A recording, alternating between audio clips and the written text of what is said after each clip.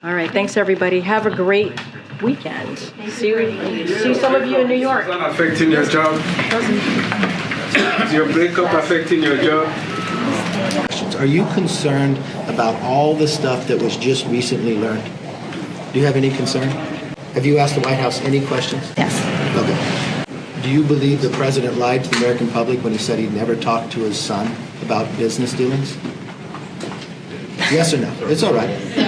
I can't answer that. You can't answer that? Do you believe when they said the president went on conference calls? Do you believe that happened? That's what the testimony says. Okay. Yeah. Do you believe the president went to Cafe Milano and had dinner with the clients of Hunter Biden, who believes he got those clients because he was selling the brand? That's what the testimony says. Okay. Do you believe Hunter Biden, when you saw the video of him driving a Porsche, that he got $143,000 to buy that Porsche the next day?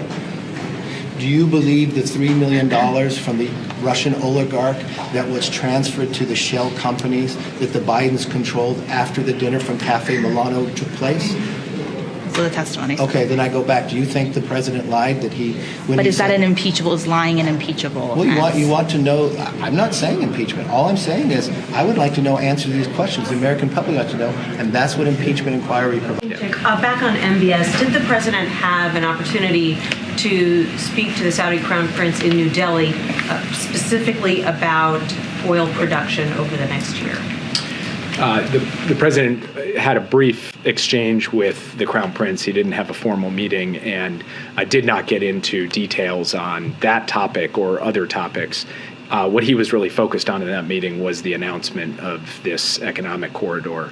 But of course, we are in regular contact at senior levels with Saudi Arabia about ensuring a stable and affordable supply of energy to global markets, and we'll continue that conversation in the days ahead. So this whole thing about we're not giving it, we're not doing it, I mean, you're doing you are unblocking it, basically. You're telling international banks in these European countries and Asia and in the Middle East that you're fine, go ahead and do it. So the idea that you don't have anything to do with it is... I did not say that and would not say that. We are, of course, taking steps to effectuate the transfer of these funds, these Iranian funds. However, the point I take issue with, to give something, it must be something that's yours. And this is not our money. This is Iranian money. Give the waiver, grant the waivers, then they wouldn't get the money. I'm not disagreeing with that. Although it's their money in the first place, they wouldn't have access to it. They wouldn't be able to effectively. We had the same argument back in 2016. History repeats itself. Secondly, we have shown we can walk and chew gum at the same time. We have strongly supported Ukraine at the same moment that we've put forward ambitious proposals on World Bank reform, that we have led at the table on debt relief, that we have mobilized tens of billions of dollars for infrastructure needs in developing countries, that we've announced new significant projects in every significant corner of the world that is meant to deliver for the needs of people in those countries. And we're going to continue to do that. And the president's speech will reflect that as well. Yeah.